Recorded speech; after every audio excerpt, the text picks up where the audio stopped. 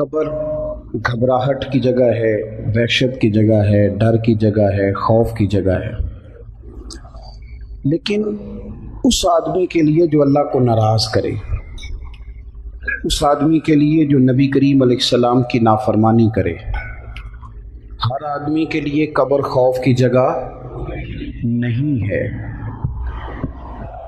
اور آپ دیکھیں کہ جس بچے نے تیاری نہ کی ہو امتحان کی تو وہ ظاہر ہے کہ کمرہ امتحان میں بیٹھے گا تو گھبرائے گا ہی نا، لیکن جو تیاری کر کے جائے، جو رات کو جاگ کے جائے، جس نے کئی دنوں سے موبائل بند کر دیا ہوا ہے اور تیاری کر رہا ہے، تو وہ تو نہیں گھبراتا، بلکہ وہ تو بار بار اٹھتا ہے اور اٹھ کر کے ایک اور شیٹ لے کے آتا ہے، ساتھ لگاتا ہے، وہ تھوڑی گھبرائے گا۔ تو قبر خوف کی جگہ ہے۔ آپ لوگ بیٹھ جائیں جی جہاں جگہ ملتی، اللہ جزائے خیر، انتظام بھی مکمل ہے جی، اب سب ٹھیک ہے ماشاء اللہ تعالیٰ۔ جو بغیر نعروں کے خطیب ہوں ان کی تقریر بیٹھ کے سننی چاہیے۔ آپ مہربانی کریں، اب سب ٹھیک ہے، تشریف رکھیں، اور ایسا نہ ہو کہ آپ کو سیدھا سودا کرتے ہی جلسہ ختم ہو جائے، کیونکہ ہم تھوڑی سی تقریر کرنے والے لوگ ہیں۔ میرے بھائی، ہر بندے کے لیے قبر خوف کا، وحشت کا، ڈر کا مقام نہیں ہے، اس کو سمجھ لیں اچھے طریقے سے۔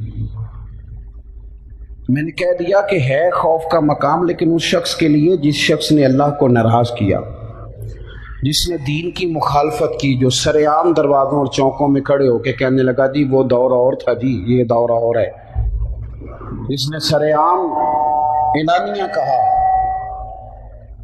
اعلانیہ جس نے کہا کہ میرے پاس نہیں ٹائم نماز پڑھنے کا، ٹائم ہی نہیں ملتا جی، یہ بہت بڑی جرت ہے۔ مجھ سے کہے میرا کوئی مرید یا شاگرد کہ آپ کے پاس آنے کا ٹائم نہیں، تو میں کہتا ہوں تو موج کر، ہم ڈائریکٹ اللہ کو ہی کہہ دیتے ہیں نماز کا ٹائم نہیں، یعنی ڈائریکٹ ہی کہہ دیا، سوچے ہی نہیں کتنا بڑا سخت جملہ بول دیا۔ میرے عزیز، یہ ان لوگوں کے لیے قبر خوف کی جگہ ہے، ان لوگوں کے لیے قبر اذیت کی جگہ ہے، ان لوگوں کے لیے قبر ایک بڑا خوفناک منظر ہے، لیکن جس بندے نے اپنی چڑھتی جوانی مدینے والے رسول کے نام کر دی، جس کو اس کی اماں نے بھی کہا کہ ابھی تیری داڑھی کی عمر نہیں، تو اس نے کہا عمر میں نے عمر دیکھنی ہے یا محمد عربی کی رضا دیکھنی ہے، جس کو سب نے کہا کہ تم کس دور میں کون سا سودا بیچنا نکلا ہے، یہ تو وہ دور ہی نہیں، تو اس نے کہا تمہارا خیال ہے کہ دور اور ہوتے ہیں، وہ دور بھی میرے نبی کا تھا، یہ بھی میرے نبی کا ہے، قیامت تک سارے زمانے مدینے والے رسول۔ اس بندے کے لیے قبر جو ہے وہ گھڑا نہیں ہے، کھڈا نہیں ہے، اس بندے کے لیے جو اللہ رسول کی رضا پہ چلے، کھڈا نہیں، بلکہ نبی پاک علیہ السلام نے فرمایا قبر المومن روضۃ من ریاض الجنہ، فرمایا یہ جو مومن کی قبر ہوتی ہے نا، قبر یہ اوپر سے مٹی لگتی ہے، اوپر سے پھٹے ڈالے ہیں، سلیٹیں ڈالی ہیں، اوپر سے مٹی ہے، لیکن حضور فرماتے ہیں کہ مومن کی قبر اندر کوئی گڑھا نہیں ہے، اندر تو باغ ہے، اندر ایک باغ لگا ہوا ہے، اندر کھجوریں ہیں، اندر درخت ہیں، اندر کنوں ہیں، اس کے اندر نہریں بہہ رہی ہیں، اس کے اندر اللہ تعالیٰ نے شراب طہور کی دودھ کی نہریں چلائی ہیں، اندر باغ ہے۔ کون ہے جی آپ میں سے جس کو کہا جائے کہ اپنا کمرہ چھوڑ کے باغ میں جاؤ اور بندہ پریشان ہو جائے کہ میں نے باغ میں نہیں جانا؟ بھئی آپ کا جو کمرہ ہے، ہر ڈاکٹر کہہ رہا ہے، ہر طبیب کہہ رہا ہے کہ آپ جائیں اور جا کر کے کسی کھلی جگہ پہ رہیں، درختوں کے بیچ رہیں، آکسیجن کے بیچ رہیں، تو رسول کائنات علیہ السلام نے مومن سے کہا کہ تیری قبر جو ہے نا وہ قبر نہیں ہے، اس کو کھڈا نہ سمجھ، وہ جنت کے باغوں میں سے ایک، اور جنت کے بارے میں ایک حدیث سن لیں، بخاری مسلم میں ہے، نبی پاک علیہ السلام نے فرمایا جنت میں اللہ نے، ایک تو ہے نا مثال دے کے حضور سمجھاتے، مثال دیتے، آج لوگ مثال دیتے ہیں کہ فلانے کا گھر اس طرح جس طرح محل ہوتا ہے، فلانے کا گھر اس طرح جس طرح قلعہ ہوتا ہے، فلانے کا گھر اس طرح جس طرح بہت بڑے نقش و نگار کی کوئی مرقع عمارت ہوتی ہے، لیکن حضور نے مثال ہی کوئی نہیں دی۔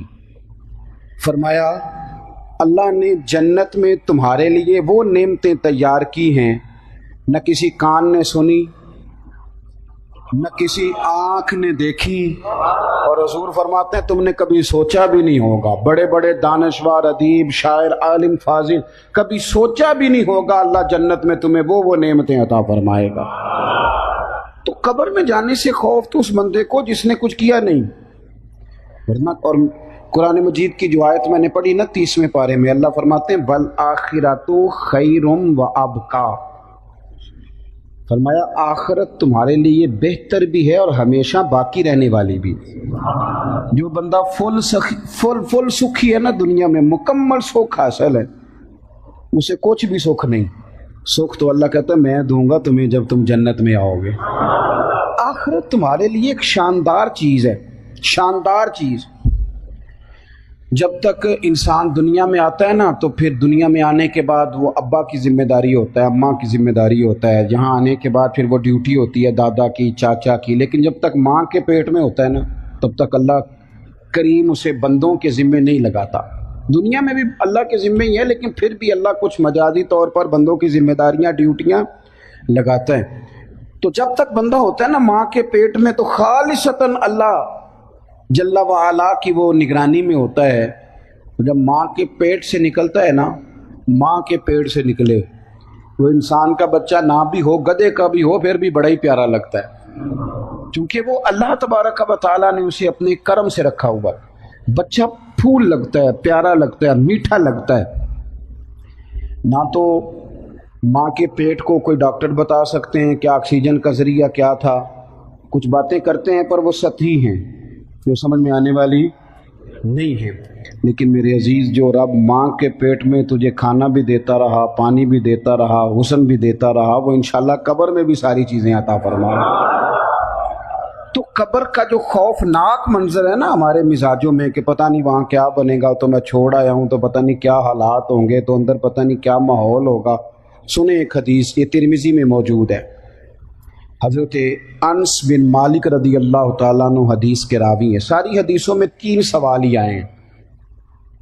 3 سوال ہے، من ربو کا، ما دینو کا، تیرا رب کون ہے تیرا. اور تیسرا سوال اچھی طرح سمجھ لیں، یہ ضروری سوال ہے، ما کنت تقول فی حق ھذا الرجل، یہ بتا کہ تو دنیا میں اس مدینے والے محبوب کے بارے میں کیا کہا کرتا تھا.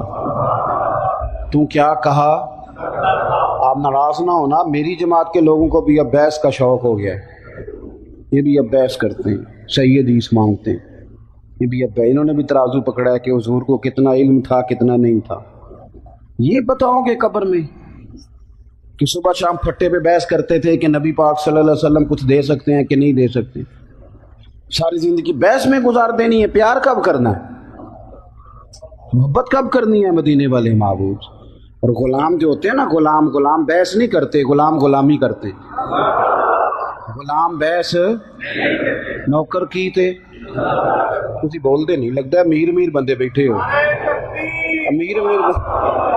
امیر بندے نوکر کلر، اللہ خوش رکھ. اور دیکھو کیا خوبصورت لفظ ہے، نوکر کی تے. نخرہ تو ہوتا ہے ان لوگوں کا جو امیر ہوتے ہیں. نوکر کی تے نخرہ کی. نخرے والی کیا کہانی ہے. نبی کریم کا غلام اور صبح و شام بحث کرے اور روز بحث کرے، یہ بحثوں والا کام محبوب کے غلاموں کا نہیں، بالکل نہیں.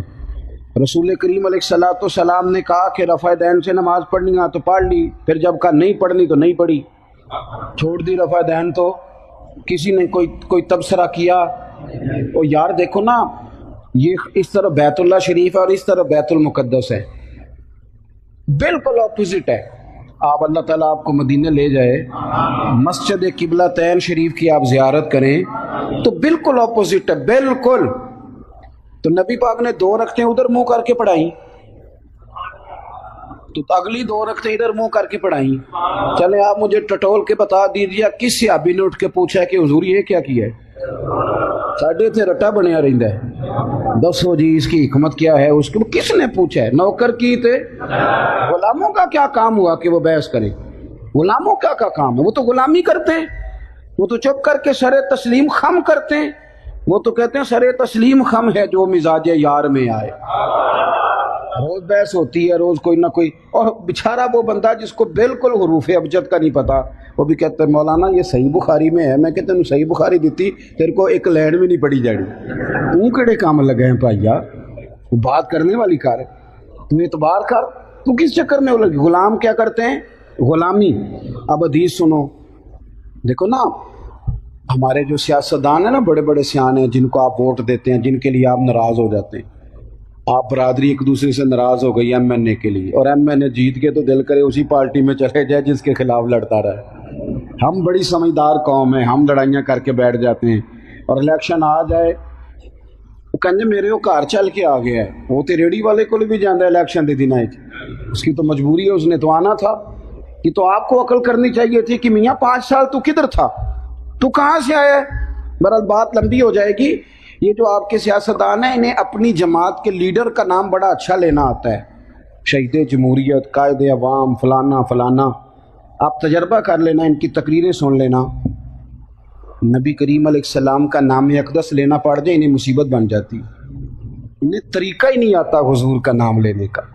انہیں کیونکہ جو سارا دن کریں گے وہی ان کو آئے گا نا. اگر یہ حضور کی نعتیں پڑھنے کے قائل ہوتے تو اعلیٰ حضرت بریلوی کہتے ہیں مجھ سے جب قبر میں پوچھا جائے گا نا کہ تو حضور کے بارے میں کیا کہا کرتا تھا، تو میں کہوں گا سرور کہوں کہ مالک و مولا کہوں. میں سرور کہوں کہ مالک و مولا کہوں تجھے، باغ خلیل کا گلے زیبا کہوں تجھے، تیرے تو وصف عیب تناہی سے ہیں بری. ذرا دیکھنا اتنا بڑا امام ہے، اور جب جملے ختم ہو جائیں تو پھر بندہ کہتا ہے ان میں کراں کی. وہ بات ختم ہو گئی، جملے ختم ہو گئے، لفظ ختم ہو گئے، تو کہنے لگے تیرے تو وصف عیب تناہی سے ہیں بری. حیران ہوں میرے شاہ میں کیا کیا کہوں تجھے، حیران ہوں میرے شاہ میں. اور پھر خود کہتے ہیں لیکن رضا نے ختم سخن اس پہ کر دیا، خالق کا بندہ خلق کا آقا کہوں تجھے. سویرے اٹھ کے نعت پڑھا کریں، اپنے بچوں کو نعت سنایا کریں. کوئی ضروری نہیں ہے کہ فیس بک پہ روز نئی فوٹو چڑھے گی تو آپ کو اجر ملے گا. آپ موبائل سے نکال کے تو نعت شریف سنائیں، نعت. اب تو آپ یقین کریں میں تو بڑا رونا روتا ہوں یہ فوٹو والے معاملے پہ. یہ تو بڑی ضرورت کے لیے علماء نے جائز کہا تھا، بلکہ ہمارے بزرگ تو اس سے منع کرتے تھے، لیکن اب ہمارے لوگوں نے اسے سنت مؤکدہ ہی سمجھ لی ہے کہ یہ نہیں ہوگی تو شاید نماز نہیں مکمل ہوگی. کس چکر میں آپ پڑھ رہے ہیں؟ وہ فرض ہے کوئی، چھوڑیں آپ. بہرحال حضور فرماتے ہیں سوال پوچھے جائیں گے. اور ترمذی شریف کی جو حدیث میں حضرت انس بن مالک کی روایت سے عرض کر رہا ہوں، حضور فرماتے ہیں 3 سوال نہیں ہوگے، بس ایک ہی ہوگا. حضور وہ کیا؟ تو نبی پاک فرماتے ہیں بس میرے بارے میں پوچھا جائے گا، سوال جواب بھی کوئی نہیں. ختم ہو گئی بات. یہاں سے بات شروع ہوئی اور یہیں پہ بات انہیں جانا انہیں مانا، نہ رکھا غیر سے کام، للہ الحمد میں دنیا سے. اور بلے شاہ بھی کہتے ہیں میرے عشق دے وچ مشکوک نہ ہو، نئی نیت کدے خطا کیتی، تیری ہر ملاقات میں انج کیتی جویں موسیٰ نال خدا کی. ایک تینوں رب بھی نہیں نہ کہہ سکیا، باقی تے ساری رسم ادا کی. اور یہ سادی نے بھی کہا تھا بعد از خدا بزرگ تو ہی اس سے مختصر. یہ سمجھ لیں. تو ہمارے لوگ تو کہیں گے جو کرتے رہے وہی کہنا ہے نا میرے بھائی، وہ کہیں گے. لیکن مسئلہ یہ ہے کہ حضور کی نعتیں ہمیں آنی چاہیے، سرکار کی غلامی کے قصیدے ہمیں. تو حضور فرماتے ہیں کہ سوال پوچھیں گے میرے بارے میں، تو جب وہ بندہ جواب دے دے گا نا کہ میرے آقا ہیں، تو سنو یہ ترمذی کی حدیث ہے. حضور فرماتے ہیں اس کی قبر 70 گز چوڑی کر دی جائے گی، 70 گز لمبی کر دی جائے گی، نور سے بھر دی جائے گی، جنت کا باغ بنا دی جائے گی. اگلا جملہ میں نے اردو میں نہیں پنجابی میں بتانا ہے. اگلا جملہ پنجابی میں، حدیث کا جملہ ہے پر پنجابی میں. حضور فرماتے ہیں جب یہ ساری نعمتیں اسے ملیں گی نا، یہ سرکار فرما رہے ہیں پر میں پنجابی میں عرض کرنے لگا ہوں. حضور فرماتے ہیں جب اس کی قبر کھول دی جائے گی، جنت سے بھر دی جائے گی، کرم ہو جائے گا، تو پتہ کیا کہے گا؟ آکھے گا میں ذرا کار نہ داسا ہوں، میں ذرا کار نہ داسا ہوں. یہ اب اس کو اردو میں ٹرانسلیٹ کریں کہ میں ذرا گھر نہ بتا کے ہوں تے چسکا نہیں، ذرا اے ذرا چسک، میں ذرا کار نہ داسا ہوں.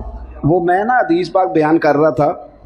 نبی پاک صلی اللہ تعالیٰ علیہ وسلم نے حضرت ابو ہریرہ رضی اللہ تعالیٰ عنہ کو جب کہا نا مجھے حافظہ چاہیے تو 2-3 چلو بھر کے چادر میں ڈالے، تو فرمایا کہ اٹھا لے.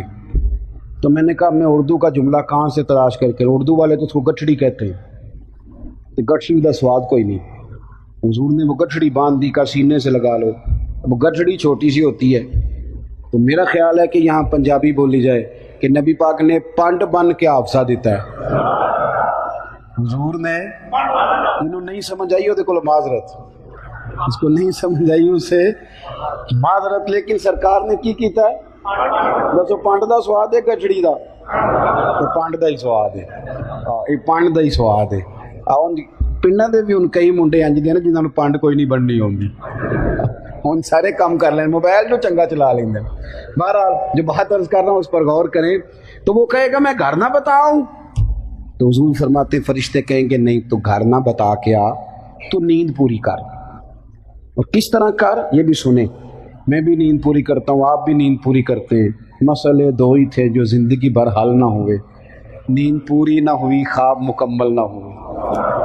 میں بھی نیند پوری کرتا ہوں، آپ بھی نیند پوری کرتے ہیں، میں نے اور تابی صاحب نے گاڑی میں بھی تھوڑی تھوڑی پوری کی، تو میاں نیند تو پوری کرتے ہیں نا لوگ، لیکن اس سے قبر میں بندہ مومن سے کہا جائے گا کہ تو سو جا، لیکن حضور فرماتے ہیں اسے کہا جائے گا اس طرح سو جا جس طرح پہلی رات کی دلہن سویا کرتی۔ کبھی اس سے دیکھو جا کے اس کو چاؤ کتنے ہوتے ہیں، تو شوق کتنا ہوتا ہے، وہ اس وقت کن ارمانوں میں ہوتی، اس طرح سو جا جس طرح پہلی رات کی دلہن۔ تو آخرت کا خوف نہ پیدا کریں، آخرت کی تیاری کریں، وہاں تو موجیں موجیں۔ دیکھو نا بندہ 10 سال کے بعد پردیس سے گھر واپس آئے تو اماں زندہ ہو نا، پردے بھی بدل دیتی ہے، صوفوں کے شاڑ بھی بدل دیتی ہے، برتن بھی بدل دیتی ہے، صفائیاں کرا دیتی ہے، اس کا بس نہیں چلتا مکان بھی نیا بنا دے۔ میرا پتر آ رہا ہے، تو یاد رکھنا ماں اتنا استقبال نہیں کرتی جتنا قبر میں اللہ کی رحمت اپنے بندے کا استقبال کرتی ہے۔ تو قبر کو خوف کا منظر نہ بنائیں، اور ذرا صحابہ کی سوچ دیکھیں، بات چونکہ زیادہ نہیں کرنی۔ حضرت انس بن مالک رضی اللہ تعالیٰ عنہ فرماتے خاتون نبی کریم کی بارگاہ میں آئی، عرض کرنے لگے یا رسول اللہ صلی اللہ علیہ وسلم مجھے مرگی کا مرض ہے۔ توجہ ہے میری بات پر؟ حضور مجھے مرگی ہے۔ مرگی کا مرض جو ہوتا ہے وہ اعصابی ہوتا ہے، یعنی ذہن سے بندے کو کنٹرول کرتا ہے، پورا وجود لپیٹ میں آ جاتا ہے، انسان نارمل زندگی نارمل لائف نہیں گزار پاتا، وہ بڑے تک جب مرضی یہ دورہ پڑ جاتا ہے۔ اس نے کہا حضور مجھے مرگی کا مرض ہے، اور یا رسول اللہ صلی اللہ تعالیٰ علیہ وسلم میں بڑی تکلیف میں ہوں، کسی خوشی غمی میں نہیں جا سکتی، مہربانی کر دیں، میرے لیے دعا کریں اللہ مجھے شفا دے دے۔ خاتون اور پھر خواتین میں ذرا صبر بھی کم ہوتا ہے، قربان جائیں محبوب کے انداز تکلم پر۔ حضور فرمانے لگے تو ایک سودا نہیں کر لیتی؟ یا رسول اللہ صلی اللہ علیہ وسلم حکم فرمائیں۔ سرکار فرمانے لگے یہ بتا کہ تو نے شفا لینی ہے کہ جنت لینی ہے؟ ادھر دیکھیں نہیں میری طرف، شفا لینی ہے کہ جنت؟ حضور فرمانے لگے اگر تو کہے تو میں دعا کرتا ہوں اللہ تجھے شفا دے دے گا،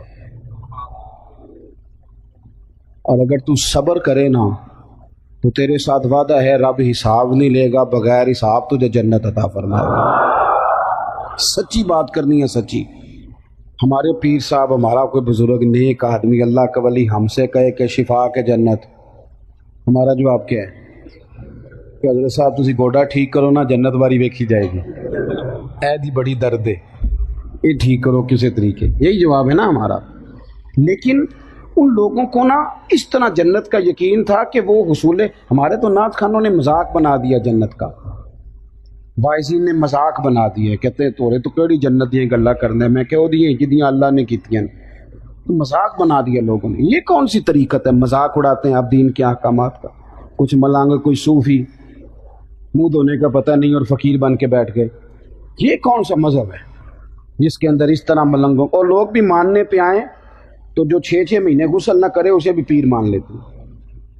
آپ بات کو سمجھیں، دنیا میں ولایت اس کو ملے گی جو طریقہ مصطفیٰ پہ ہوگا۔ وہ لوگ ولی ہیں جو 5 وقت نماز پڑھاتے ہیں، اس لیے کہ حضور بھی 5 وقت نماز پڑھاتے تھے، حضور جمعے کا خطبہ دیتے تھے، نبی پاک بیٹھ کے قرآن پاک پڑھاتے تھے، تو یہ پڑھانے والا بیچارہ تو ساری عمر مولوی رہتا ہے، کہنے ہیں فقیری دا کی پتہ ہوں، تو فقیری اور کس کو کہتے ہیں؟ یہی فقر ہے جو مدینے والے رسول نے کر کے دکھایا۔ ہوں تسی ٹھلے ٹھلے بول دے ہو، مینوں تواڈے قاری صاحب نے کوئی گل بھی نہیں دسی، میں کولوں پہ لگا دے مطلب کونا من دسے میں جانتا بھی نہیں انہوں نے، لیکن میں کولوں مہربانی کریں تھوڑا سا اپنی علماء پر، بالخصوص آئمہ مسجد کی حالت بڑی پتلی کر دی ہم لوگوں۔ نبی پاک علیہ السلام نے فرمایا تھا قیامت کے قریب جا کے تم ایک دوسرے کو دھکے دو گے، کوئی تمہیں نماز پڑھانے والا نہیں ملے گا۔ اب نہیں ملتے آئمہ مساجد، کیوں کہ ہم معاشرے بڑا برا کرتے ہیں۔ تو مہربانی، یہ قرب قیامت کی علامت ہے، مشکات میں حدیث موجود ہے۔ بہرحال بات دور چلی جائے گی۔ حضرت انس بن مالک رضی اللہ تعالیٰ عنہ فرمانے لگے کہ اس خاتون سے حضور نے فرمایا کہ تو نے جنت لینی ہے کہ شفا لینی ہے؟ تو اس نے ایک منٹ بھی نہیں لگایا، فوراً بول پڑی۔ سوچ دیکھیں، عورت ہے، عرض کرنے لگی یا رسول اللہ تھوڑی سی تو زندگی ہے، میں نا مرغی کے ساتھ ہی گزارا کر لوں گی، آپ وعدہ کرے میرا رب مجھے بغیر حساب کتاب جنت عطا کر دے۔ یہ سوچ پیدا کرو، یہ حسن ہے، یہ کمال ہے۔ ہماری وہ جو سوچ ہے نا کہ بس فلاں بڑے ٹاؤن میں میری کوٹھی بن گئی تو بس جی، یہ چھوڑ دیں۔ آپ جنت میں پلاٹ بک کرائیں، آپ اس کے لیے تیاری کریں۔ حضرت عثمان غنی تاجر تھے، تاجر گھاٹے کا سودا نہیں کرتے، لیکن نبی پاک علیہ السلام نے فرمایا جو کنواں خرید کے دے گا میں اسے جنت دوں گا۔ حضرت عثمان غنی کامیاب ترین تاجر ہیں، فرماتے مجھے اللہ نے کمال دیا، مٹی کو ہاتھ لگاتا ہوں رب سونا بنا دیتا ہے، لیکن کامیاب تاجر تھے۔ حضور نے فرمایا وہ کنواں، ایک میٹھے پانی کا کنواں، 500-600 دینار اس کی قیمت تھی صرف۔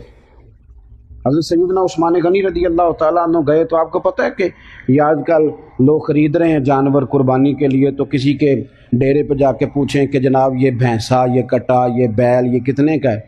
تو اگر زیادہ قیمت مانگ لو تو لوگ کہتے ہیں تو نے بیچنا ہی نہیں۔ یہی مطلب ہوتا ہے نا، قیمت اتنی مانگ لو کہ سامنے والا خریدے۔ حضرت عثمان غنی گئے اور آپ فرمانے لگے ایک دن پانی مسلمان پئیں گے، سارے لوگ پئیں گے، ایک دن تو بیچ لینا، پیسے کتنے؟ تو وہ یہودی کہتا میں نے چونکہ بیچنا ہی نہیں تھا تو میں نے کہا اتنے پیسے مانگو اتنے یہ چلے جائیں۔ تو میں نے کہا 5000 دینار، چیز 500 کی، 5000 دینار، چونکہ میں دینا ہی نہیں چاہ رہا تھا تو کوئی بیوقوف بھی بندہ نہیں تھا جو اتنا سامان مجھے دے گا مال، میں نے 5000 مانگا، قربان جاؤں۔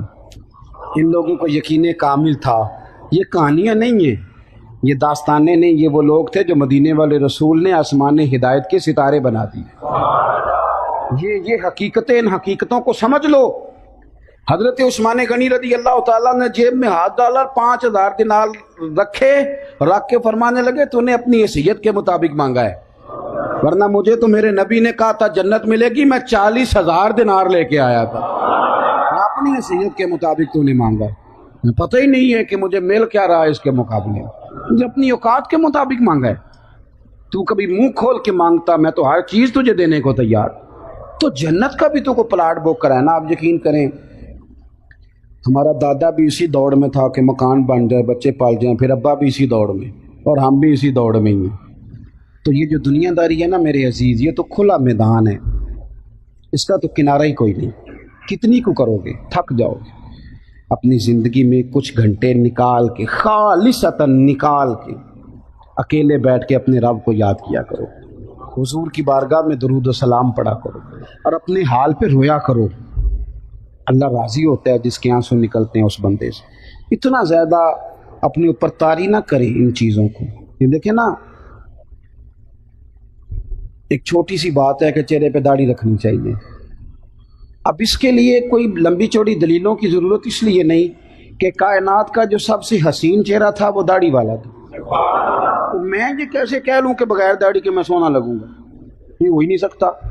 پھر مجھے آج تک یہ سمجھ نہیں آئی کہ مرد کو یہ سمجھ کیوں نہیں آتی کہ اللہ نے عورت کو داڑھی دی نہیں، اللہ نے مرد کو دی، اس لیے کہ اللہ اس کے چہرے پر داڑھی دیکھنا پسند کرتا ہے۔ کچھ لوگ کہتے ہیں جی میں نیک نہیں اس لیے نہیں رکھتا، تو دنیا میں تو معصوم صرف نبی ہوتا ہے، صرف نبی، تو اس کا مطلب باقی رکھے ہی کوئی نہ۔ یہ کہنا کہ بالکل گناہوں سے پاک ہونا یہ تو معصوم ہونا ہے، کن چکروں میں پڑ گئے آپ لوگ؟ سنت کے مطابق چہرہ ہو، تھوڑا سا اپنے آپ کو سمیٹیں، اتنی ٹانگیں نہ دنیا میں پھیلائیں کہ دنیا سے جانے لگیں تو ہم سے اکٹھی نہ ہو سکیں، تھوڑا سمٹیں۔ جو لوگ پردوں میں چھپے ہوتے ہیں نا یہ بڑے اچھے ہوتے ہیں، مولا علی شیر خدا فرمایا کرتے تھے اسے خوشخبری ہو جسے زیادہ لوگ نہیں جانتے، چھپ کے رہنے کی کوشش کریں اور مسلح کو آباد کرنے کی کوشش کریں، اپنے آپ کو اس رنگ میں ڈھالیں جو رسول کریم نے ہمیں عطا فرمایا۔ دنیا داری کا کوئی کنارہ نہیں، کوئی حد نہیں، اور اللہ کے محبوب علیہ الصلوۃ والسلام فرماتے ہیں کہ یہ بخاری ہے، فرمایا تیری زبان سے تو ایک جملہ کبھی خیر والا نکل جائے اور رب کو پسند آ جائے تو ایک جملے کی برکت سے رب تجھے جنت عطا کر دے گا۔ اور میرے عزیز مہربانی فرمائیں، اپنے حال پہ رحم کھائیں۔ یہ دور زیادہ باتیں کرنا کیا ہے، آپ جس کو چھیڑیں گے وہ مفتی نکلے گا، جس سے بات کریں گے وہ لیکچرار اور پروفیسر ہی نکلے گا۔ عمل کس نے کرنا ہے؟ ہم تو سارے تقریریں کر رہے ہیں۔ چھوڑیں، اب کیلو کال سے باہر آئیں، مستی اور حال کا سفر کریں، اپنے آپ کو سمیٹیں۔ ایک بات آپ سے آخر میں یہ عرض کرنی ہے جو بڑی ضروری ہے، اس پر آپ نے توجہ دینی ہے۔ اگر آپ کسی کا بھلا نہیں نہ کر سکتے تو تکلیف دینی بند کر دیں۔ آپ یقین کریں کہ صرف اتنے جملے اگر بیٹا باپ سے کہہ دیتا ہے کہ ابا جی دور بدل گیا تو انہوں کی پتہ ہوگی، تو اس نے نا باپ کا کلیجہ چیر کے رکھ دیا۔ تھوڑا سا خیال کریں اپنے بزرگوں کا، اپنے بڑوں کا، اپنے محلے کا، تھوڑا سا خیال کریں۔ یہ برادریزم کو تھوڑا سا نیچے لائیں، یہ تکلفات جو اتنے پیدا کر لی ہیں یہ تھوڑا سا، اور میں بس ہاتھ نہیں باندھ رہا آپ کے سامنے، باقی پوری عاجزی کر رہا ہوں، خدا را ایک دوسرے کی غیبت بالکل بند کر دیں۔ ہم نے کوئی بندہ اچھا چھوڑا ہی نہیں۔ آپ آج کسی کے سامنے بیٹھ کے میرے خلاف باتیں کرنی شروع کر دیں، وہ مجھے ملا بھی نہ ہو، صرف وہ خلاف باتیں سن کے تو میں ملوں گا تو اس کا سلام دینے کو دل نہیں کرے گا، لیکن آپ کسی کے سامنے بیٹھ کے تعریف کریں بندہ بڑا اچھا ہے تو وہ دوڑے گا، پیر چومنے کو بھی دوڑے گا۔ ہم لوگوں نے نا نفرتوں کو فروغ دیا، ہم نے تلاش کی ہے کہ کوئی کمزوری کسی کی ملے۔ کسی بندے نے ساری زندگی خیر والی تقریریں کی تو وہ نہیں لوگ دیکھتے، تو کوئی جملہ غلطی سے کوئی ایسا نکل گیا تو اس کو پکڑ کے نا لوگ تو تباہی اتار دیتے ہیں۔ مہربانی کرو، رحم کھاؤ۔ یاد رکھنا ہم تو بات کر کے چلے جاتے ہیں لیکن پتہ نہیں کس کی عزت کتنی دفعہ اچھلتی۔ جھوٹ بولتے ہیں، بہتان ترازی کرتے ہیں، پیار بانٹیں، محبت تقسیم کریں، اور جب لوگ بڑے غصے میں ہوں تو تب انہیں ٹھنڈا ماحول دینے کی کوشش کریں، سکون فراہم کریں۔ یاد رکھنا اگر کوئی آپ کی وجہ سے سکھ کی نیند سو گیا نا تو میرا رب آپ کو بڑی ٹھنڈی نیند عطا فرمائے گا، اور جو کسی کی نیندوں میں سوراخ کر دیں وہ یاد رکھیں کہ کبھی ان کے آنگن میں بھی ٹھنڈی ہوا نہیں آیا کرتی۔ میرا خیال ہے کہ ابھی نعت خوانی رہتی ہے، سنیں میری بات کو توجہ کے ساتھ۔ ابھی نعت شریف پڑھنی ہے نا جی، ابھی تابش بھائی نعت پڑھیں گے۔ تابش اچھی نعت پڑھتے ہیں جی، میں نے سنی ہوئی ہے، اور کراچی سے آئے ہیں۔ میں نے اگر آپ کہیں گے بھی کہ کھڑے ہو کے ہم سے ملیں تو میں نے کوئی نہیں ملنا، وہ اس لیے کہ میں تو آ گیا ہوں، میری طبیعت ہی بڑی علیل تھی، یہ تو معاملہ ہی بڑا عجیب تھا، پیار ہو گیا آپ کی اس محفل سے تو حاضر ہو گیا۔ تو آج وعدہ ہی صرف اتنا تھا، جب کبھی وعدہ کریں گے نا آپ سے ملاقات کا تو انشاءاللہ بیٹھ کے سب سے ملیں گے تسلی کے ساتھ۔ آج جتنا وعدہ تھا اسی پہ آپ نے رہنا ہے، اور میں نے بھی اسی پہ۔ ناراض ہو گئے ہو، اے کورن لگ پہ ہو بیچ نہ ان کرو یار، میں تو کہیں جا ہی نہیں رہا، تو یہ مجھے بات بڑے پیار سے، اور میری خواہش ہے کہ آپ ان کی نعت سنیں گے انشاءاللہ؟ نہیں جی، نہیں ہاں نہ کیتی ہو، سنیں گے انشاءاللہ تعالی؟ میری مجبوری نہ ہوتی، مجھے الرجی ہے، میں زیادہ دیر بیٹھ نہیں سکتا، ورنہ میں خود سنتا۔ وہ تو سب کو پتہ ہے ندی ماشاءاللہ۔ اور باقی مرحومین نے قرآن مجید پڑھایا عمر بھر، اللہ انہیں بہترین صلہ عطا فرمائے اور ان کی اس خدمت کو قبول فرمائے۔ صرف آپ مجھے جگہ دیں گے، اٹھیں گے نہیں۔ پھر وہ ایک آدھ ساتھی، عادل آپ بھی بیٹھے، میں پہنچ جاؤں گاڑی تک، مجھے نظر آتی ہے گاڑی، بیگ آپ کا دے دیں گے کسی کو، ہم بیٹھ جاؤ۔ آپ سب حضرات تشریف رکھیں، آپ کی بڑی مہربانی۔ ایک تو مجھے آگے بھی کہیں جانا ہے، اور دوسرا میں نے آپ کو مجبوری عرض کی کہ میں تھوڑا سا الرجی میں تکلیف میں ہوں، میں زیادہ دیر بیٹھ بھی نہیں سکتا۔ اللہ آپ کو خوش رکھے۔ بغیر کسی تاخیر کے آپ درود شریف پڑھیں اور تابش میاں نعت سناتے ہیں صلی اللہ علیہ وسلم۔ امید کروں گا کہ آپ میری بات پر توجہ فرمائیں گے۔ مختصر سے وقت میں بات کرنی ہے اور کسی بات کو کھینچنا نہیں ہے، لمبا نہیں کرنا، جتنا وقت کم سے کم لیا جا سکے اسی میں بات مکمل کرنے کی کوشش کی جائے گی۔ اللہ تعالیٰ نے قرآن پاک میں نبی پاک علیہ السلام کی عظمتوں کا بیان فرمایا۔ یا ایھا النبی انا ارسلناک شاہدا ومبشرا ونذیرا، اے محبوب علیہ السلام ہم نے آپ کو خوشخبری دینے والا بنایا ہے، گواہ بنایا ہے، ڈر سنانے والا بنایا ہے، وداعیا الی اللہ، اور آپ کو اللہ کی جانب دعوت دینے والا بنایا، بِإِذْنِهِ اس کے حکم کے ساتھ، وَسِرَاجًا مُنِيرًا اور آپ کو چمکتا ہوا آفتاب بنایا۔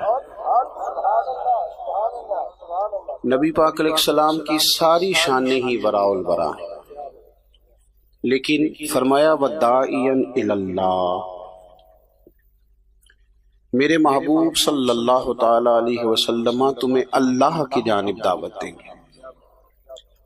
حضور داعیے الی اللہ ہیں، صحیح عقائد، صحیح نظریات۔ میری طرف دیکھیں جی آپ حضرات، اللہ آپ کو جزا دے۔ یہ موبائل آپ کے پاس ہی ہے، میں نہیں جانا ہے، بس آپ لوگ میری بات پر غور کریں۔ دو چار دوست بنا رہے ہیں، یہ آپ کو دے دیں گے انشاءاللہ ویڈیو، باقی دوست توجہ کریں۔ اللہ آپ کو خوش رکھے جی۔ کوئی ٹھنڈے خطیب بھی ہوتے ہیں نا، بغیر نعروں کے بھی تقریر کر لیتے ہیں، تو میں کر لیتا ہوں ساری تقریر بغیر اونچی سبحان اللہ کے اور بغیر نعروں کے ساری کر لیتا ہوں، اور ہو جاتی ہے، میں آرام سے گزر جاتا ہوں۔ تو آپ اطمینان سے بس سنیں تو صحیح نا، مجھے موقع تو دینا میں بات کروں۔ عزیز دوستو، دنیا میں مضبوط وہ لوگ ہوتے ہیں جو نظریاتی طور پر مضبوط ہوتے ہیں۔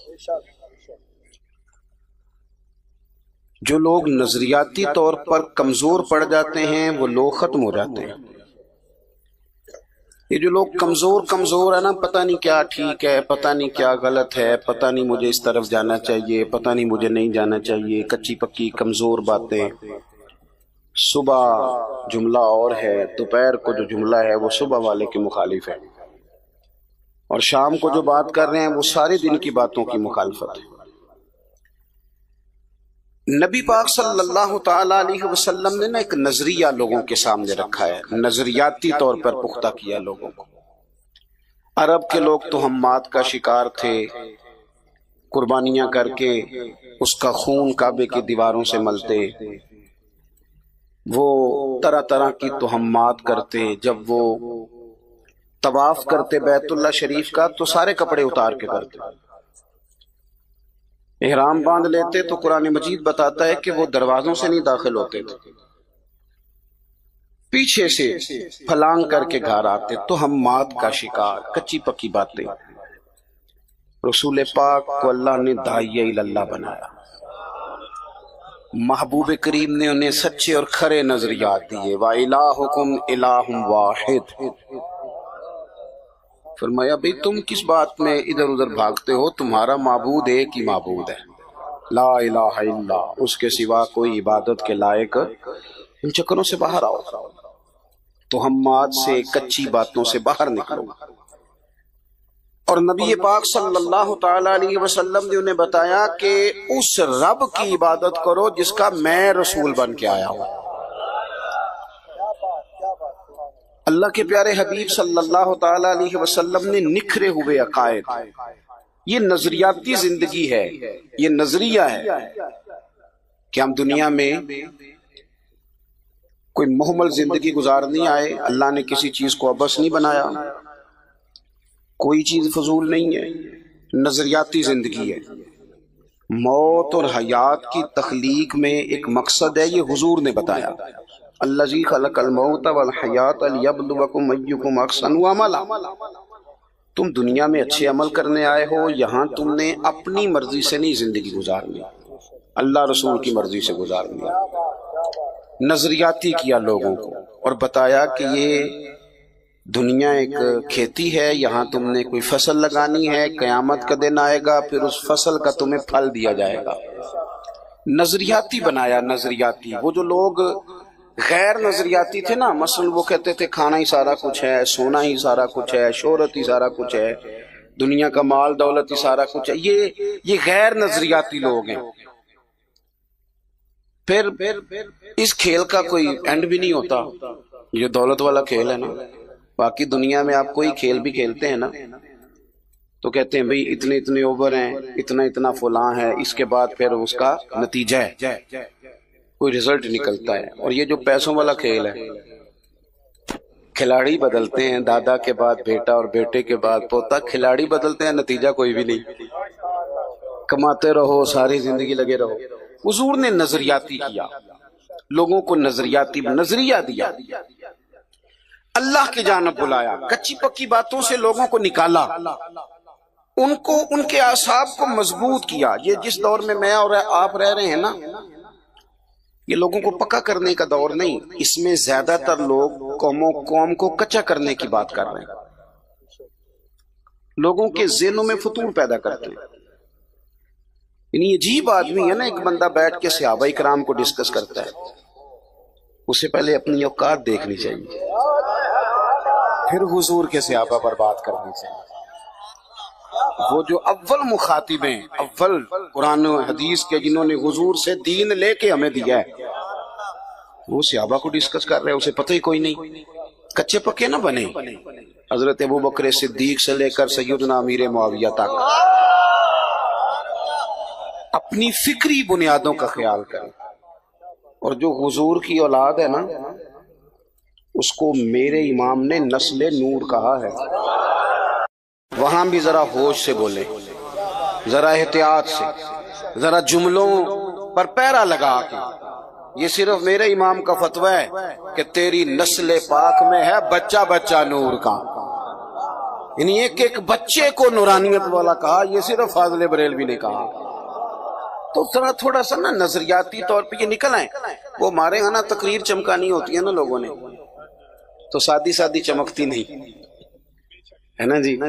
تو وہ پھر نا مطلب میں بھی اکثر رہتا ہوں جلسوں میں، تو میں چھوٹا آدمی ہوں، میں غور سیکھتا ہی رہتا ہوں، آپ سے بھی بڑا کوئی سیکھتا ہوں. تو میں دیکھتا ہوں خطیب صاحب آئے ہیں بیچارے، حال ان کا میری طرح بڑا خستہ ہے، پر وہ بھالو چڑھا رہے ہیں، کہتے ہیں آج میں دسنا ہے صحابہ دی شان کی. میں کہ کرما لے تو کی دسنا ہے، شان تے اللہ نے قرآن تے دس چھڑی ہونا دی، سرکار نے فرمان میں، تو کوئی مطلب کیا انوکھی بات تو کرے گا؟ تو سیدھا سیدھا قرآن و حدیث سے پڑھ اور لوگوں کو بتا اور جا. تم کیا مسئلہ انوکھا کیا بتائے گا؟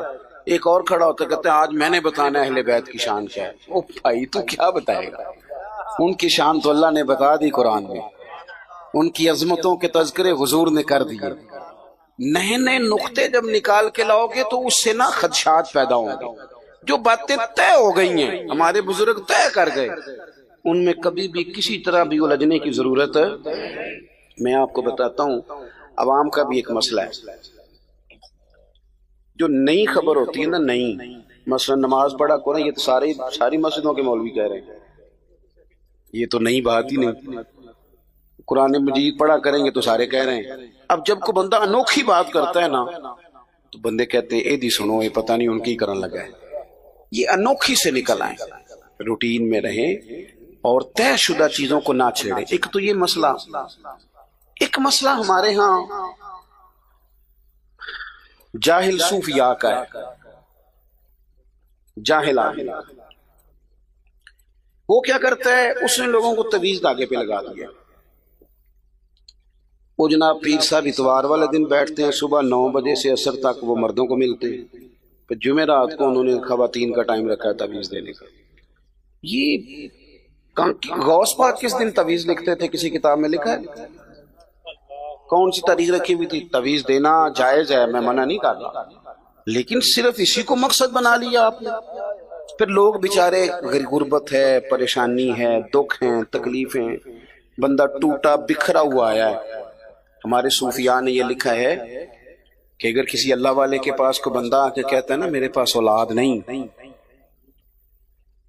تو صوفی کی یہ بھی ذمہ داری ہے کہ وہ دعا کرے اور اللہ اسے اولاد دے دے. لیکن اس کی اصل ذمہ داری پتہ کیا ہے؟ اس کی اصل ذمہ داری یہ ہے کہ اس بندے کو ذہنی طور پہ تیار کرے کہ رب جسے تجھے جس حال میں رکھتا ہے اس حال میں راضی رہے. طریقت والوں کی اصل ڈیوٹی یہ ہے کہ اس کو مطمئن کریں. غریب آدمی نے آگے کہا جی بڑا پریشان ہوں، حالات بڑے خراب ہیں، اس کو دعا بھی دے گا، وظیفہ بھی بتائے گا، لیکن اصل کام یہ ہے کہ اسے کہے گا یار پیسے اگر اتنے ہی زیادہ اچھے ہوتے تو سب سے زیادہ سیدہ فاطمہ کے گھر ہوتے، یہ اتنے ہی بہتر ہوتے تو سب سے زیادہ سیدہ عائشہ کے گھر ہوتے۔ وہ انہیں مطمئن کرے گا کہ اللہ رسول جس حال میں، یہاں عجیب کیس ہے، وہ پیر صاحب کہہ دیتے ہیں تینوں کسے کچھ کیتا ہے۔ اب کوئی نہ کوئی دشمن تو ہوتا ہی ہے نا، یہ تو نہیں نا بندے کا مخالف کوئی نہ ہو، وہ بیچارہ پریشان ہے، ساری رات سوچتا ہے، کبھی اس کی نظر چچی پہ جاتی ہے، کبھی پھوپھی پہ جاتی ہے، کبھی کسی پہ جاتی ہے۔ کیوں ظلم کرتے ہو لوگوں پہ؟ اللہ کے حضور جانا ہے۔ تھوڑے سے لالچ کے لیے اس بندے کو الجھا کے رکھ دیا بیچارے۔ اور آپ سے بھی عرض کروں گا، یہ کچی پکی باتیں ہیں، نظریاتی طور پہ کمزور ہو جاؤ گے۔ جو لوگ سانپ سے ڈرنے لگ جائیں وہ رسیوں سے بھی ڈرتے ہیں، پھر کمزوری مان جائے گی۔ کتنے زمانے سے لوگوں کو یہ بتا رہے ہیں کہ دو بہنوں کا کٹھا نکاح ہو جائے تو کچھ بھی نہیں ہوتا، لیکن وہ گھر جا کے خواتین سے تو بات جس نے کرنی ہے اسی نے کرنی ہے۔ ہم سے تو وہ حاجی صاحب مطمئن نہیں ہو رہے جو مسئلہ پوچھنے آئے ہیں، وہ کہنے ٹھیک ہے پیر صاحب ہو جاندہ ہے، پر تسی ایک راتی پڑھا دو ایک سویرے پڑھا دو، مہربانی کرو کر دو ایسا۔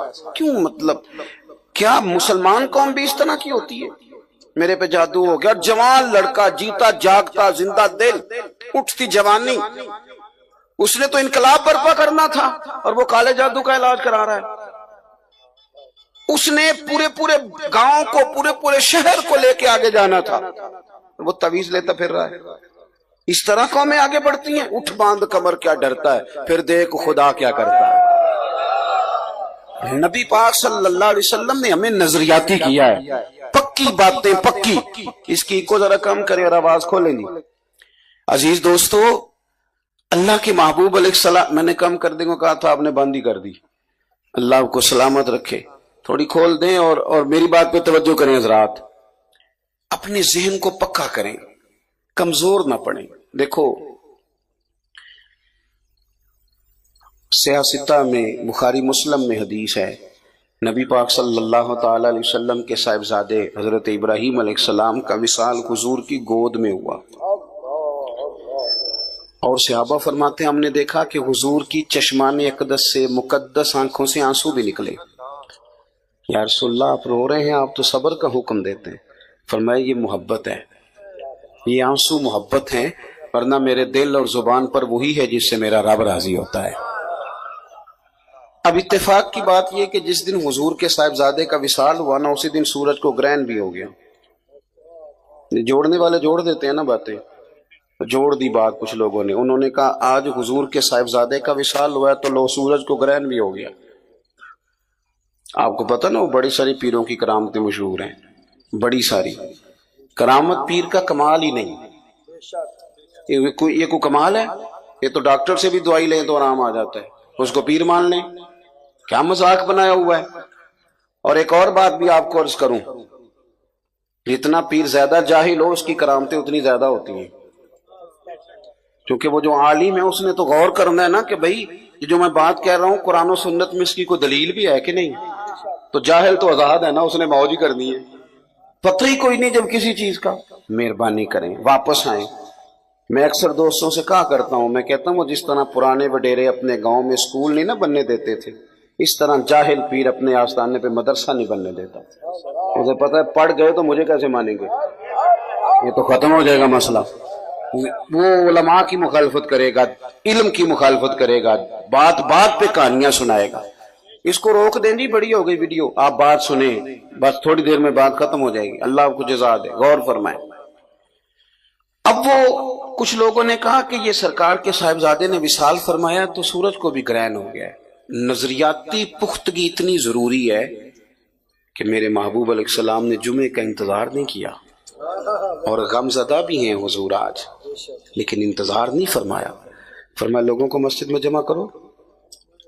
سب لوگ مسجد میں جمع ہوئے تو محبوب نے خطبہ دیا، فرمایا لوگو سورج اور چاند کو گرہن ہو تو یہ رب کی نشانیوں میں سے نشانی ہے، اس طرح کا معاملہ ہو تو پھر استغفار پڑھا کرو، نماز پڑھا کرو۔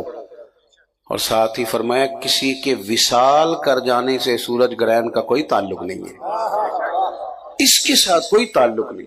اپنے آپ کو پختہ کریں، محبوب داعیہ اللہ ہیں، حضور نے ہماری توجہ کرائی ہے اللہ کی جانب. اگر آپ تھوڑی تھوڑی گنجائشیں لینے لگیں گے، ڈرنے لگیں گے، تو پھر تو میرے بھائی کمزوری آ جائے گی نظریات کے اندر. اپنے آپ کو پختہ رکھیں، اپنے بھروسے اپنے رب رسول پر مضبوط کریں. اللہ والے جو ہوتے ہیں وہ تو یہ جو ہے نا صرف اللہ سے جڑنا، یہ تو مضمون ہی صوفیاء کا ہے. وہ نکالتے ہیں دنیا داروں کی طرف نہیں جانا، یہ تو عنوان اہل تصوف کا ہے کہ صرف رب رسول سے جڑنا ہے. دنیا داروں کی طرف جانا یہ تو عنوان ہی اللہ والوں کا ہے. اپنی زندگی میں زیادہ سے زیادہ بھروسہ رب رسول پہ. بڑی امیدیں لگا لیتے ہیں ہم دنیا داروں سے، بڑی زیادہ، کبھی سیاسی پارٹی سے کبھی اس سے. میں نے کل جمعے میں بھی کہا تھا یہ تمہارا بھلا کریں گے جو رسا نورا کشتی لڑ رہے ہیں، کوئی ادھر جا رہا ہے کوئی ادھر جا رہا ہے. ان بیچاروں کو کیا پتا ہو کہ میاں بیوی جب یہ مشورہ کرتے ہیں نا کہ سویرے گھی کوئی نہیں پراٹھوں کے لیے، اس کا درد کتنا ہوتا ہے. انہیں کیا پتا ہو کہ جب عید آتی ہے تو بوڑھے ماں باپ مل بیٹھتے ہیں اور کہتے ہیں تینوں عید بھی کر لی تے کرتے شے بھی کوئی نہیں. ان کو کیا پتا ہو. محلوں میں بیٹھے لوگ، تمہیں کیا پتا ہو. تم نیچے آؤ، اس عوام کے ساتھ بیٹھ کے وقت گزارو، تمہیں پتا چلے زندگی کے دکھ اور حقیقتیں کیا ہیں. تمہیں کیا خبر ہو. تم بیٹھ کے وہاں نمبر گیم کر رہے ہو. تمہارے پاس ایم خریدنے کے لیے کروڑوں روپیہ ہے، پر تھر کے بچوں کے لیے پانی کوئی نہیں.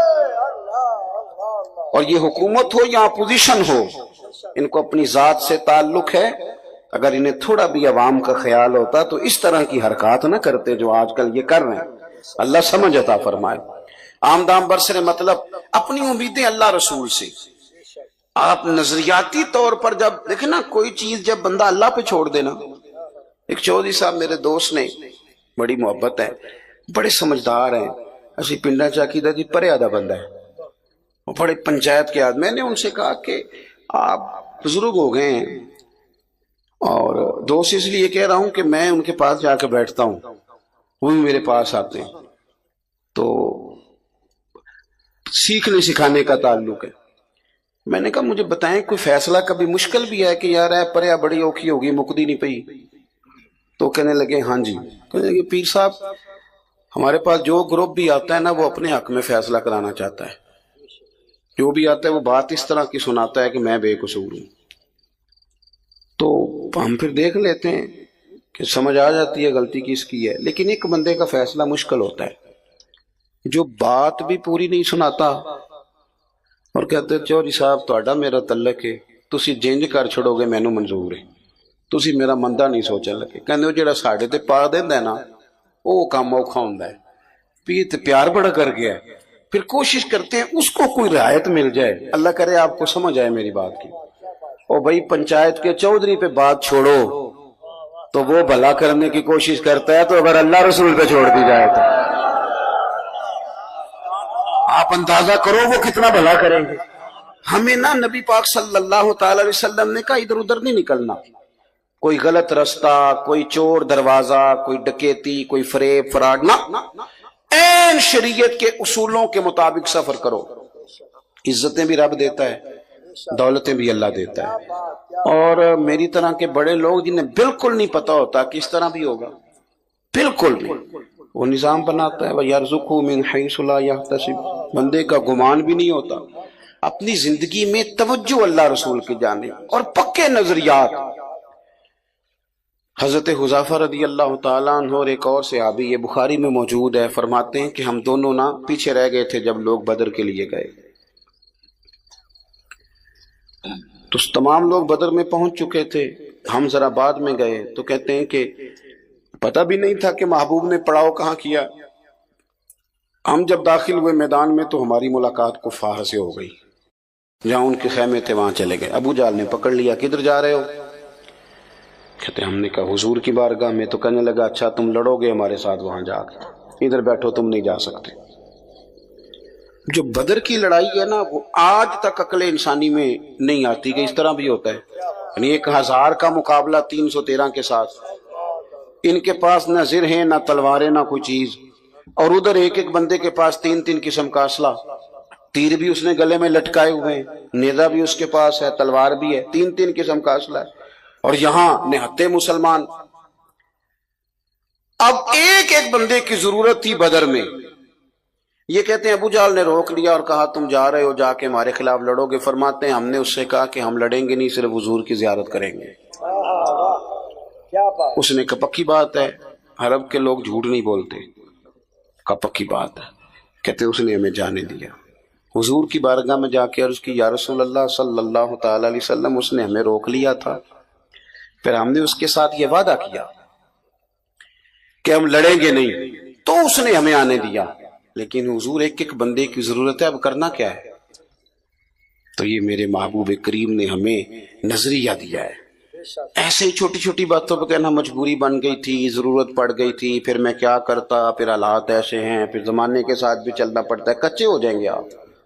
اعلیٰ حضرت بریلوی رحمۃ اللہ علیہ فرماتے ہیں کہ اگر کوئی بندہ مستحب چھوڑتا ہے، پھر کچھ عرصے کے بعد وہ سنت بھی چھوڑتا ہے، اور جو یہاں گنجائش تو نکالنی شروع کرتے ہیں اس کے واجبات اور فرائض کا مسئلہ بن جاتا ہے.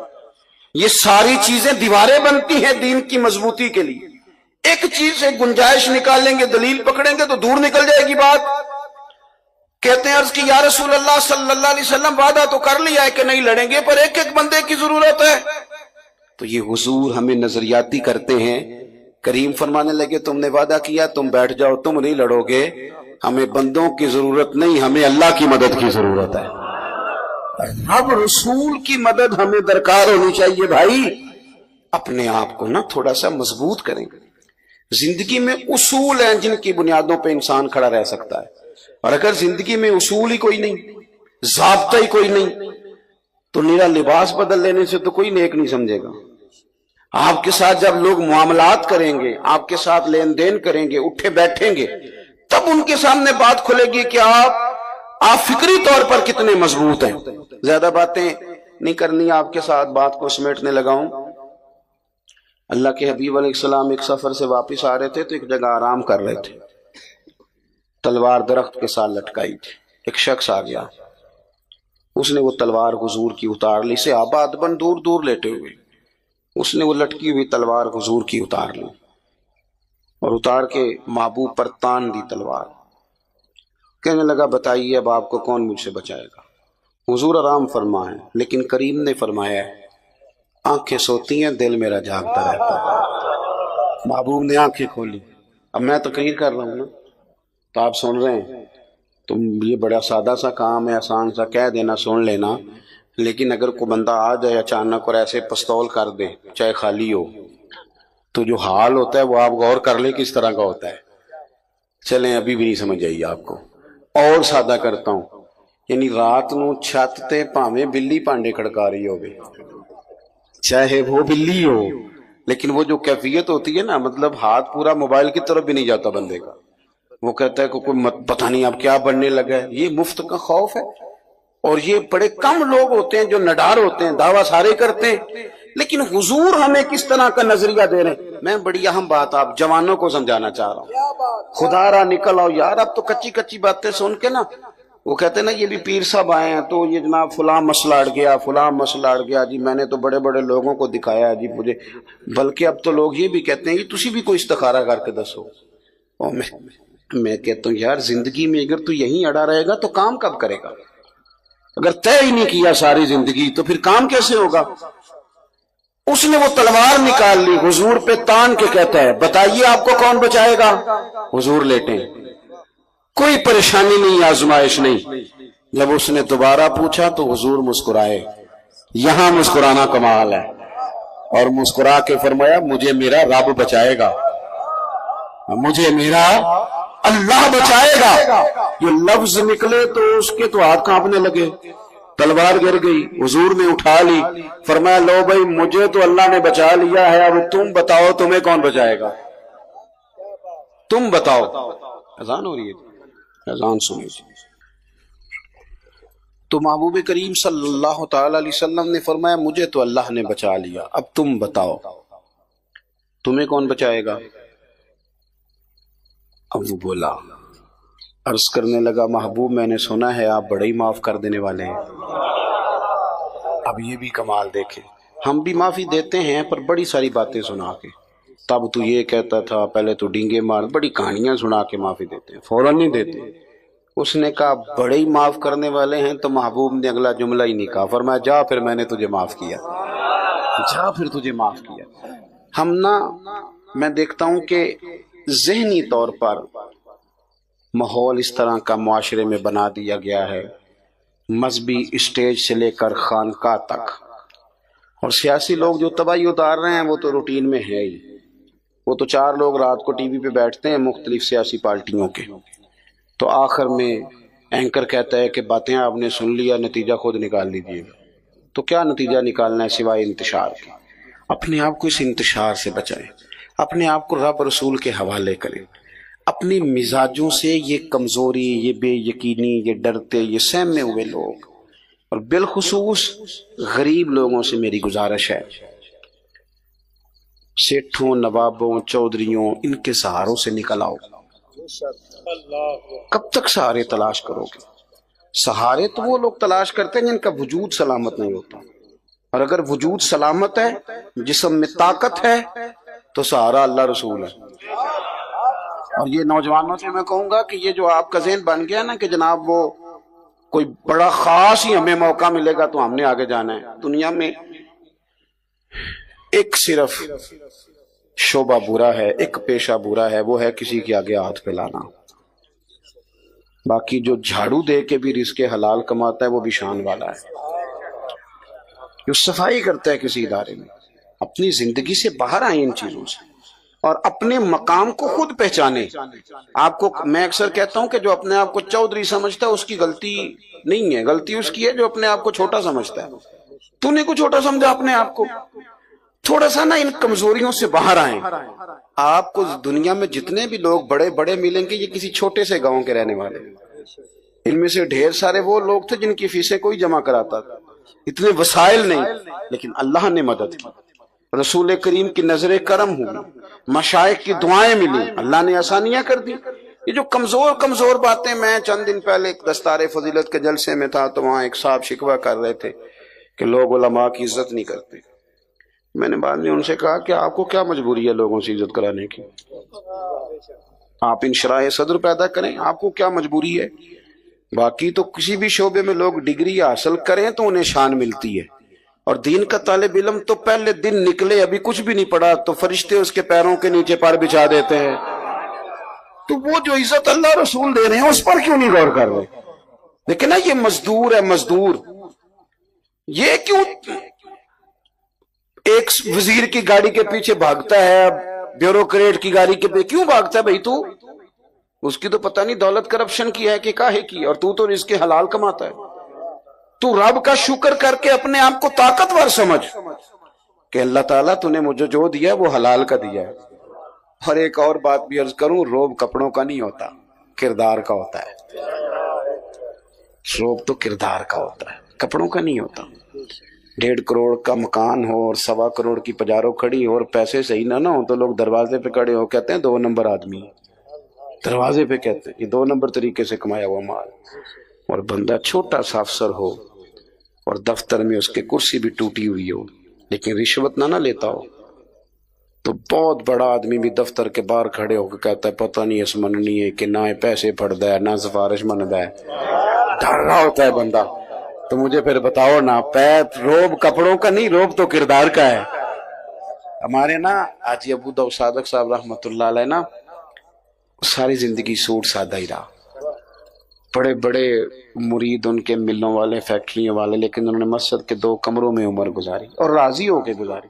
کبھی اس بات کو بطور کمزوری بیان نہیں کیا کہ ہو پتہ نہیں کہ نہ دلیری سے کہتے تھے کمال ہے، ہم سے زیادہ کس کی شان ہوگی۔ اور رکشے میں ساری زندگی، رکشے میں جو اپنی صحت کے ساتھ نے آخری سفر کیا وہ بھی رکشے میں، تو اپنی مرضی سے۔ لیکن بڑے بڑے پیر پجاروں سے اترتے تھے تو پہلے اپنی داڑھی دیکھتے تھے پوری ہے، پھر چین والی گھڑی اتارتے تھے، پھر سارا کچھ ٹھیک کر کے پھر داخل ہوتے تھے ملنے کے لیے، تو سمجھ آتی تھی روب کپڑوں کا نہیں ہوتا، روب تو کردار کا ہوتا ہے۔ تو اپنے کردار میں آپ روب لائیں گے تو آپ بڑے ہو جائیں گے۔ باقی یہ ساری چیزیں تو بھئی دنیا داری ہے، پیچھے ہٹ جاؤ، پیچھے ہٹ جاؤ، پیچھے ہٹ جاؤ، 10 بندوقیں 15 بندوقیں کیا نکلے گا اس میں سے؟ کچھ بھی نہیں، تو اپنی زندگی کے اندر نظریاتی بنیں گے تو مضبوطی آئے گی۔ اللہ تبارک و تعالی مجھے اور آپ کو توفیق عمل عطا فرمائے۔ اللہم صلی علی سیدنا محمد معدن الجود والکرم وآلہ وبارک وسلم۔ اللہ بڑا بہترین اہتمام کیا دوستوں نے، کوشش قبول فرما، ان جوانوں کی اس محنت کو اپنی بارگاہ میں قبولیت کا درجہ عطا فرما۔ دور دراز سے، قرب و جوار سے جتنے احباب آئے، اتنے سارے علماء آئے، مشائخ آئے، سادات آئے، مالک سب کا بیٹھنا ہمارے لیے باعث خیر و برکت فرما۔ اس کی برکت سے ہمارے گناہ معاف کر دے، ہماری غلطیاں معاف کر دے، ہمارے حال پہ رحمت فرما دے۔ قریب جب تو ہمارے حق میں فیصلہ کرنے لگے تو کرم والا فرما، رحمت والا فیصلہ فرما۔ تو ہمارے دلوں کے حال جانتا ہے، ہم تیرا ہی بن کے جینا چاہتے ہیں، تیرے محبوب کے گدا بن کے زندہ رہنا چاہتے ہیں، استقامت ہو جاتے ہیں تو ہماری مدد فرما، ہماری مدد فرما، مسجد کی محبت عطا فرما، قرآن پاک کا پیار نصیب فرما، درود و سلام کا ذائقہ عطا فرما۔ کریم بیماروں کو شفا دے دے، مقروضوں کو قرض کے بوجھ سے رہا کر دے۔ اللہ جو غریب ہیں، جو تنگ دست ہیں، جو غریب ہیں، جو کاروبار کے معاملے میں پریشان ہیں، اے خلاق عالم تیرے بھرے ہوئے خزانے دنیا داروں کی محتاجی سے بچا، اپنی بارگاہ کرم سے مالا مال فرما، امت کے حق میں رحمت والے فیصلے فرما۔ برما کے مجبور مسلمان، کشمیر، فلسطین، شام کے مظلوم مسلمان، اللہ سب کی مدد فرما۔ اے اللہ پاکستان کو نظام مصطفیٰ صلی اللہ علیہ وسلم کا گہوارہ بنا، بے اولادوں کو صاحب اولاد فرما، اولاد والوں کی اولاد کو فرما بردار بنا، دنیا اور آخرت میں ہماری پردہ پوشی فرما، ہمارا خاتمہ ایمان پہ فرما، خاتمہ ایمان پہ فرما۔ اللہم انا نسألک العفو والعافیۃ فی الدین والدنیا والآخرہ، رب اغفر وارحم وانت خیر الراحمین، وصلی اللہ تعالی علی حبیبہ سیدنا و مولانا محمد۔ السلام علیکم۔